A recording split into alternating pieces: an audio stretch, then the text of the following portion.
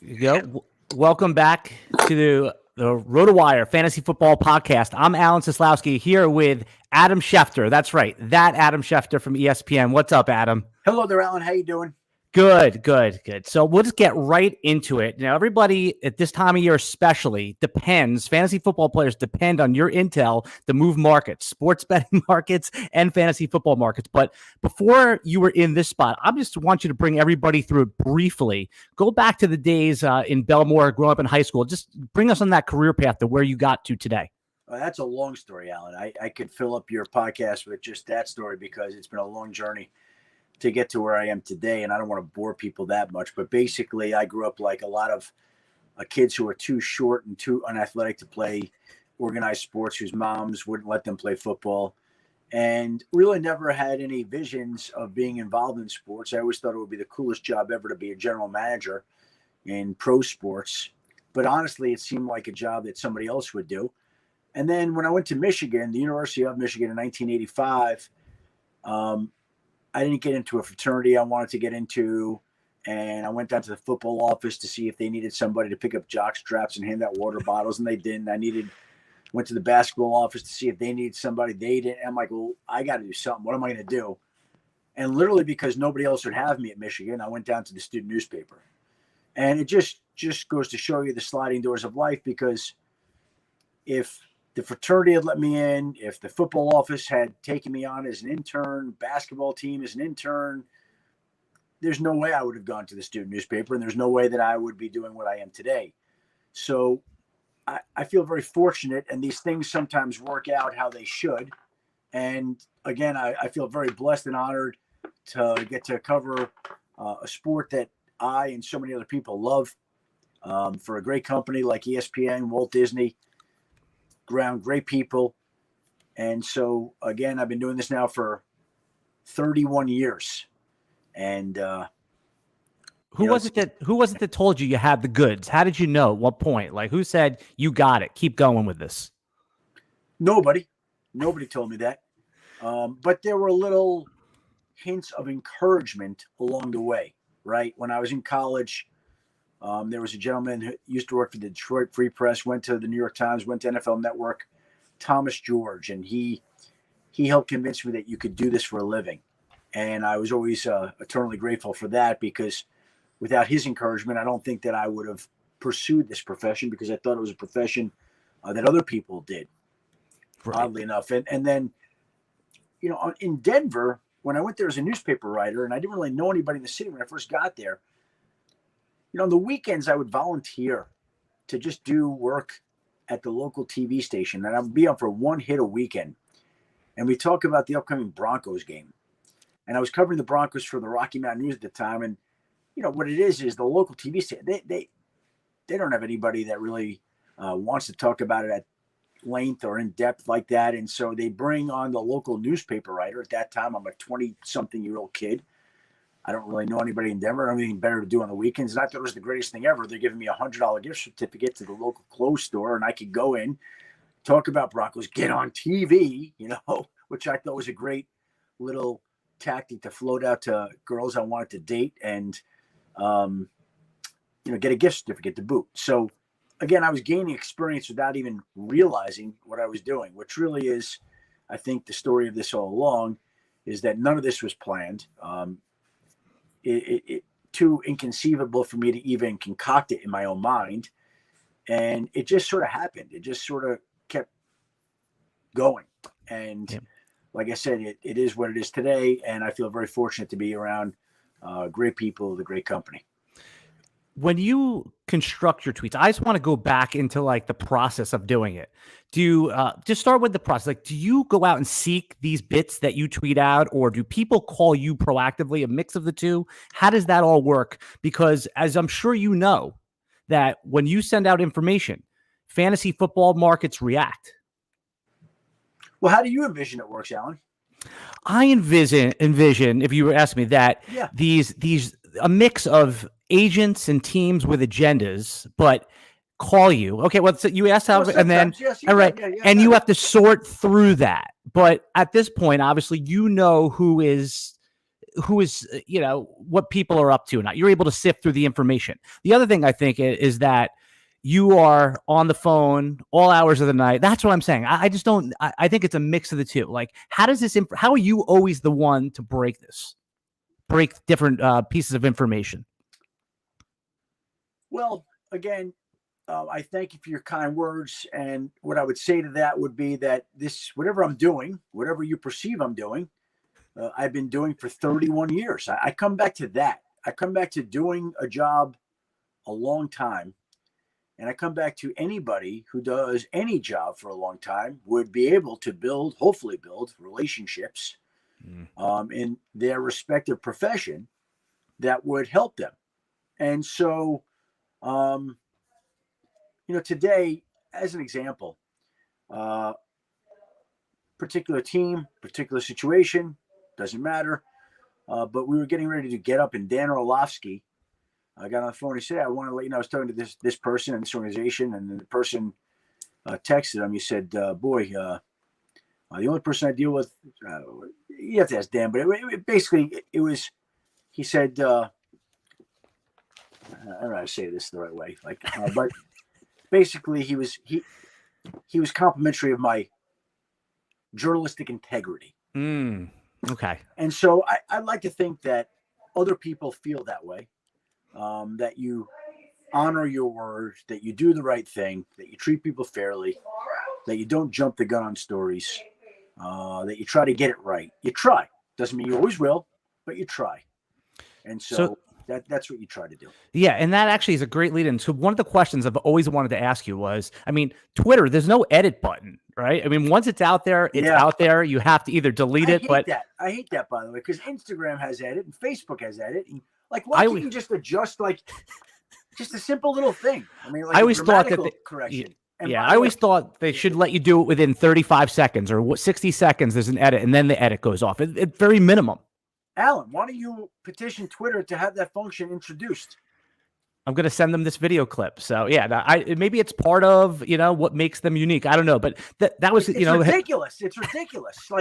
You should be allowed to correct a spelling mistake, because now I have a spelling mistake up, and anyone who's following along loves to. Oh, we saw you delete that. Oh, yes, you did. Okay, congratulations. Right. Sorry for wanting to get it right and rushing to get out, or not proofreading, or autocorrect. Sometimes it just changes things you didn't realize, and it just changes a word to another word, or a name to another name, and oh God. Do you have anyone actually physically helping you with tweet? Do you have some maniacal assistant next to you? Hey, okay, I see you shaking your head no for the people listening on the audio cast. Tweet this.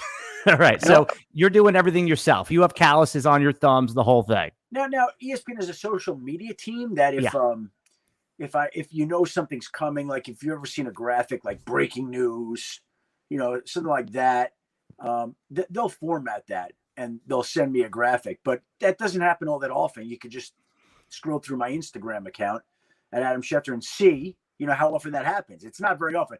But if there's anything creative that's done, that's the ESPN social media team. If it's just a basic picture, Alan, something that's simplistic that any moron could do, that's me. How many hours a night do you sleep when it's in the peak football season? Oh, I don't know. I'm not a great sleeper. I sleep in spurts, 2-3 hour windows, intervals, and you fall asleep at 11:30, wake up at 1:30, you're up an hour, you go back to sleep for 2 hours. Very rarely do I fall asleep at, say, 11:30 midnight and just sleep straight through to 6 a.m. It just 5-6 hours uninterrupted, almost never. Yeah. Another thing I've always wanted to ask you is, in a lot of your tweets, you'll write per source. Those are the words you write, per source. Yeah. Fantasy football players get frustrated. Not that you write that, but what is the source? I know obviously you have to protect your sources, but we're always wondering, is it the equipment manager? Is it the GM? Why do you write per source if you're not going to actually name the person? I've always wondered that. Well, a lot of people don't want to be identified. They don't want people to know that they're talking to you. They want to retain their anonymity. And in fact, yesterday I was texting with Mike Mayock about him testing positive for COVID. And he's like, I'm like, okay, how do you want me to attribute? You want me to say you? He said, no, I want you to put my name on the. Okay, great, Mike. I'd love that. But And, sometimes there are people that want to promote themselves and they want their name out there. And I get no problem with that. Like if everybody wants to put their name out there for every move that's made or any tweet that's put out there, that's fine by me. But a lot of times people don't want to be up front. They just want to be in the background. And so it just depends on how the information comes down now. It's just, there's no rhyme or reason, but Okay. Per Sources is the name of my fantasy football team. I figured as such. I mean, it must be the thing that you have on auto text the most. I've also wondered, how do you watch football on Sundays? Do you watch standalone games? Do you watch like a whip around show? How do you consume football? Well, are we talking pre-pandemic? Or are we talking during the pandemic? Pre-pandemic and both. But for the most part, like, how do you plan to watch it pre-pandemic? I think that's a good place to start. Well, it used to be that we would be in Bristol, Connecticut on Sunday. Right. And then after the Sunday countdown show, everybody would go to what we call the War Room, which is adjacent to the ESPN Cafe, a large room with about 12 TVs inside. And we'd all sit around and it'd be great. It's like sitting, at a sports bar with all your friends, and you're talking about all the games, watching them together, commenting, analyzing it. It was really a lot of fun. During the pandemic, doing the pregame show from my house, show ends, walk into the living room, put on 3 TVs as opposed to 10, have the center one on, say, Andrew Siciliano, watch Andrew on Red Zone. He does a great job. I put the two other TVs on the local feeds in New York, whatever game is on. So it's CBS or Fox. And so I've got 1 or 2 live games, depending on how many are airing, and then the Red Zone in the middle. I don't know if you think those questions are silly, but these are things that these were questions that people ask me that I've always wondered myself too. So what's a rule do you think that the NFL should change that would make the game better? Well, there's no silly questions, Alan. Okay, fair enough. You let me off the hook there. Yeah. A rule that the NFL should have to make, well, if you could just wave your hand, then a rule would change. Yeah. Well, one thing that's always, I've never liked, I understand it to a certain extent, but why have players on your roster on Sunday that are inactive?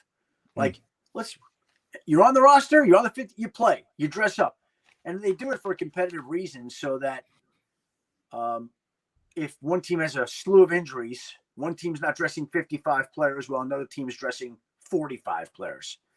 But I always feel like the owners are paying the players.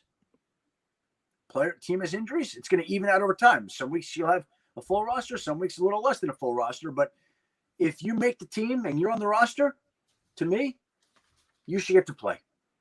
Okay. Who do you admire as a broadcaster? I mean, coming up, who are the guys that you looked up to or still look up to? Well, again, it depends on what we're talking about, right? Are we talking about people that do play-by-play? Are we talking about people that do on-air like reporting? Are we talking about like there are so many good people who do so many good things, right? Like, I mean, I used to watch Will McDonough and Chris Mortensen. And Will McDonough was, in my mind, the original pioneer of information on television. Peter Vesey used to do it with basketball, and you pay attention to him. Chris Mortensen was one of the pioneers as well, coming shortly after Will McDonough. Loved all them. I loved anybody who was great at their job. Like, back in the day, we used to watch Jack Whitaker. He was outstanding. And then there have been so many good storytellers on TV and play-by like Al Michaels and Jim Nantz and Ian Eagle's fantastic. And I mean, we can go on and on, right? Like Joe Buck. No, I was just curious. I was just curious about it. I think Joe Buck does a great job. I know people like to, get worked up and people get worked up over Joe Buck. That is true. Yeah, like for what? He's outstanding. Like, I'm not one to tear down people. I like to point out the great job that so many people do, and it's hard. It's a hard gig too. Al Michaels and Chris Collinsworth on Sunday night, the Monday Night Crew, Steve Levy and Louis Rigger. They're colleagues of mine, and I have much respect for the job they do. So there aren't many people that I don't admire and appreciate and respect, but like Bob Costas on TV. Oh my God, was he smooth? Wow. And when I work with Bob Lee, I remember being in studio with him at times, and I'm thinking to myself, he is so good and so informed and so knowledgeable and so smooth. Like, he could host any evening newscast and they would not skip a beat. Like, he could be Walter Cronkite and Dan Rather and Brian Willie. Like, Bob Lee could do that. See, I like listening to you talk about broadcast, because you talk about broadcasters in sports the same way you talk about football. So that's, I could see you lighting up when you talk about it, and that's how I feel about it. So that's why I enjoy talking to you about that, or asking you those questions. And I love listening to Marv Albert on the radio growing up. And I tried to get Marv on I tried to get him on my podcast recently, couldn't get it. So if anybody wants to steer Marv Albert on my podcast someday, somehow, some way, that'd be great. I'm crossing that question off, because it was, if you could have anybody on your podcast that you haven't had yet. You've already answered that question. Funny you asked that, because there's one guy I ask every single year, and every single year I get rejected. Okay, there are two guys I really want. One guy I get rejected every single year. It comes up at this time, and in fact, the rejection came in today, and I was very disappointed. And to me, it would be a very simple conversation. But I've been trying for years, Alan. Can I guess? Go ahead. You won't guess, but go ahead. Is it non-sports related? Go ahead. Take a guess. Howard Stern. Well, I'd love to get him. It's funny you say that. I've been listening to a ton of his interviews. Like that's what I listen to in the car now every day, just listening to how he interviews people. It's a work of art. I heard you talk about it with Alex Guerrero on your podcast. I heard you talk about, I heard you mention Howard. But the guy that I've been trying to get on, so if anybody wants to make this happen, and I reached out to his publicist, his agent, the network, like everybody, and nobody can make it happen. It's like, and it would be a simple, fun, informative, mindless conversation. I just want to hear the guy's voice on my podcast, Liev Schreiber, the that's voice a good of one. Hard Knocks. Yeah. Right? Ray Donovan. Like, he is an amazing actor. He's got a great voice. Come on and tell me how you got that voice, how much you enjoy tracking the tracks for Hard. Like, had this happen? Do you like it? Do you not? I want to know about this, and I can't get the guy. You gotta try to find somebody at ESPN or Disney that knows him. That's the key. I think. I mean, it doesn't sound like you haven't tried. So the other guy I want to get, I got turned down once, and hopefully one day I'd like to get Paul Rudd, because I have great respect for the work he does. I know he's a huge Chiefs fan, and I've also had people stop me and say, "Did anybody ever tell you look like Paul Rudd?" And that's your doppelganger. That's who the people. It's funny because I was at the Super Bowl, the Chiefs Niners. I heard somebody, "Hey, there's my doppelganger." And it was Paul Rudd actually at the game, and we took a picture together. And I should have mentioned that to, hey, give me your number so I get you on my pod, and I didn't do it, so I regret that. You got to take advantage of those opportunities, just like how I pestered you to come on our podcast. Yeah, see, but I was easy to get, right? You're generous. You're very generous. That's unusual with somebody that is, that has dominated their field and has done very well. But thank you. So I don't want you to start now getting flooded with podcast requests. So I'll make it sound like it was a little bit harder than it was. Well, in all honesty, like it's pretty simple. There are a ton of requests. Yours seem very sincere and genuine. First and foremost. And then the other thing is, I don't know, it just kind of struck me, and I'm a big RotoWire fan, read all the golf stuff. I spent 5 hours constructing that 5-line email, because I wanted it to hit exactly. So maybe that was time well invested. Well, again, sure. And there are a lot of requests that come in, but you know what? I put it on top of my Instagram page for podcast requests. Just go through ESPN, because it becomes unruly for me. Mm-hmm. Like I don't enjoy it. It's just a lot. So let the people whose job it is handle that. To vet it. You got people. You got people. And like Liev Schreiber's people, and then they could tell no to whoever's whatever. I have you for a handful more minutes. I want to be respectful of your time. Let's rip through some fantasy football takes real quick. Yep. All right. We'll do lightning round right here, and then I'll let you. So in other words, so we can make headlines, right? So as soon as I say I love this guy, right, the stock shoots up a little bit. Right. I don't want to, I'll remember, and I told you in the email that when none of the top fantasy analysts were on John Brown in 2014, you talked about him and he wasn't even going in the first 3 rounds of rookie drafts in fantasy. You talked about him. He ended up being one of the better 4th round rookie picks ever in the history of fantasy football. So, Alan, before I started playing fantasy football, and nobody enjoys playing fantasy sports more than me. Okay. I'm just telling you that right now. Nobody. I love fantasy sports. I love fantasy football. I love fantasy basketball. I love fantasy golf.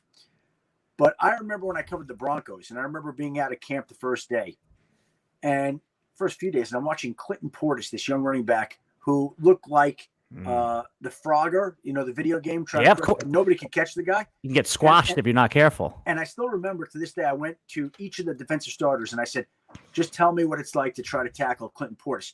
And I just strung together everything they said in one story. And if I'm a fantasy football player, that's exactly the kind of thing today that I would want to read from a beat writer, because it told me that this guy's going to be a star. And lo and behold, that guy, his freshman or his rookie year, lit it up, had that one game against the Chiefs for 217 yards and 5. I could see it coming on training. I saw that, right away.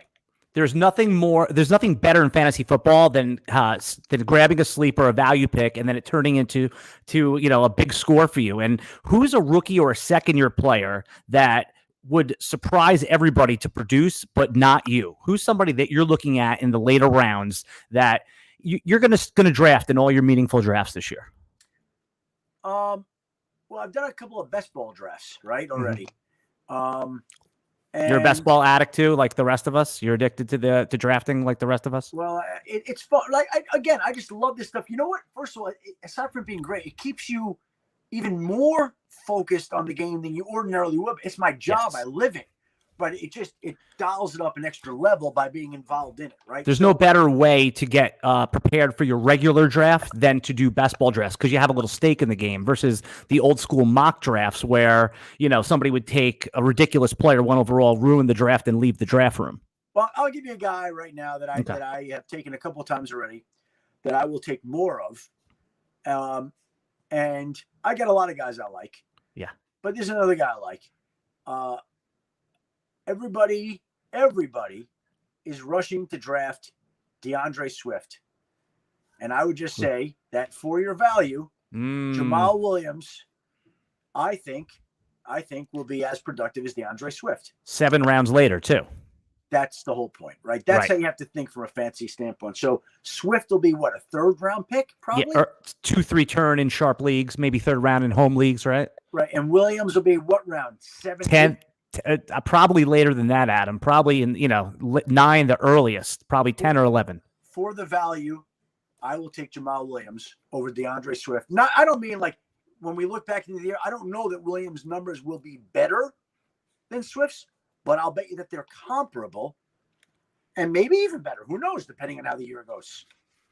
And then the last question I'll get you on here is a tough one, because you don't know the answer. No, well, maybe you do, but fantasy drafters are still taking Deshaun Watson, unsure of how it will turn out. Do you have, based on what you know, and again, I know you don't have the crystal ball how this turn out, what do you think is a likely case? What do you think handicap the situation for Deshaun Watson playing any snaps of football in 2021? I taped my podcast today, Alan, the Alan Schefter podcast, and I referred to Deshaun Watson on there as the highest paid scout team safety in the NFL. Right. And that is what he now is. He is the highest paid scout team safety in the NFL. Now, I will say I've done, I think, 3 best ball drafts. I took Deshaun Watson in 1 draft, late, like a flyer. I don't have any confidence. No. Well, where you get him, yeah. Anytime. And to me, that's all. It's a late round flyer. But I will also say, I've seen this happen before. These things change like that. All of a sudden, like the next day, boom, there could be a ruling or something that makes you see the situation in an entirely different light. I don't know if and when that's coming. Nobody does, because that is such a murky situation right now. Right. And there's so much that's unresolved and unsettled. And you've got 22 civil lawsuits outstanding. You got NFL and police investigations. You got a player who is adamant that he's never done anything wrong here. How that's going to work out and when that's going to work out, I would love to tell you I had the answers if I did. I would be all over that in fantasy football from a fantasy standpoint.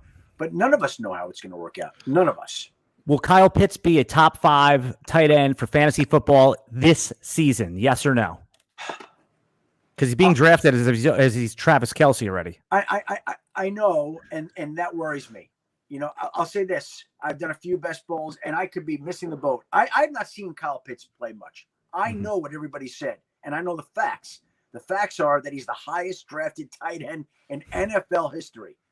But what I would say to that would be this. How many rookie tight ends have we seen come along and make a huge impact? Jeremy Shockey in 2002 was the last one, which makes your point.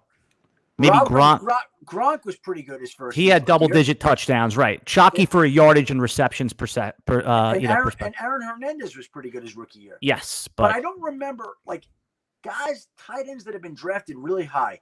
Kellen Winslow, right? I mean, you talking about the real NFL draft? Yeah. Even Hawkinson, Ebron. I mean, Kyle Brady. Everybody was supposed to be great, and so from that standpoint, I'm a little skeptical of how I won't be taking him. And that may blow up on me, okay? I may watch the guy the first week and go, oh, my God, I totally whiffed, okay? Right, because it costs you, it costs you a third or fourth round pick. I know he's going to be great. I'm not worried about that. But for where he's going, fantasy-wise, we're fourth round? Third or fourth, and the latest now. It's yep. All right, Adam. Thank you for joining us here. I just want to tell you, promote everything that you're doing right now. The Adam Schefter podcast, which I highly recommend. I'm going to do it for you. You have on the great. I love the episode with Quincy Avery, the quarterback whisperer, as I call him. Or I think you may have even given that. That was an amazing episode. You had TB12, Alex Guerrero on there recently. That was really cool. I'm about to post my podcast now with John Lynch talking about the 49ers quarterback situation with an interesting comment that he made. It's funny you say that because the one of the questions, I guess I'll say it for next time, is how did the Jets pass on Trey Lance? Seeing all this is unfolding now, as a Jets fan, this is going to be tough to swallow. I won't. Well, you don't like to pick. You're already worried about Zach Wilson over Trey Lance? I think he's going to be fine, but Trey Lance seems like a chance of being a transcendent, a Patrick Mahomes, an RG3 rookie year type of impact on the league. I mean, that's what it looks like to fantasy gamers, and it's not that Zach Wilson will be bad. How do you pass on that level of quarterback or that much upside is puzzling. So do you have any thoughts on that before I let you go? Well, a lot of it's the system you go to. And I just think that Kyle Shanahan is so advanced in what he does that I think any quarterback who goes there has a better chance to shine than the next guy. And so often it's not who you are, but where you go and who you're paired with. And I think that that's not taken into consideration enough.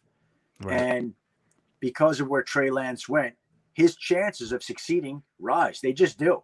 Doesn't mean he will be a huge hit, but the early returns on him in 49ers camp seem encouraging so far, and we'll continue to track that and see how that goes. Yeah, it smells a lot like the Alex Smith and Patrick Mahomes deal from a couple years ago when the veteran Jimmy G in this place was kind of just keeping the seat warm. So that's an interesting take. And also, please promote your book from 2018, the Man I Never Met. I started paging through it. I started the audio version. It's phenomenal. If you don't mind just telling people, I don't think enough people, fantasy gamers, know about it. It's pinned at the top of your Twitter. They can just go get it. But if you don't mind just saying a quick word about that before we go. Yeah, it's a book called The Man I Never Met. I guess it's timely with the 20-year anniversary of 9/11 coming up here this September. My wife lost her first husband on 9/11. Wrote a book about his life, her life, and then how my life tied into their lives. And basically that was a piece that we did that aired on ESPN. You could just Google it, Adam Schefter 9/11. It comes up. And the book was an outgrowth of that piece. And when you're talking about the audio book, I read the entire book. So I did the audio. Yes. For the book, reading it at a sound studio, not far from my house, spending about 3 full days in the studio. I was actually called back to that studio 2 weeks ago to read lines for an upcoming Simpsons episode on January 2nd. So I've been in the studio twice, once to read the audio book and another time to read Simpson lines for week. One's 18. Very serious. The other one is the opposite of very serious. Exactly. Exactly. Cool. But, look for me on an upcoming Simpsons episode near you. Yeah. Thanks for everything, Adam Schefter. We're going to hit you up again next year. Just as you get the reject letter, we're hoping to get at least an annual accept. How about this? If I can get Liev Schreiber on my podcast within the next month, somehow, okay? You'll credit us. I'll come back on the end of the next month to give you my sleepers and everything like that. Love it. Make that happen. Anybody at RotoWire, RotoWorld makes that happen? Yeah. All right, we're on it. We got our marching guys. All right, Adam, thanks for everything. And everyone else, tune in next time. We're having 5 daily podcasts now to the RotoWire Fantasy Football Podcast.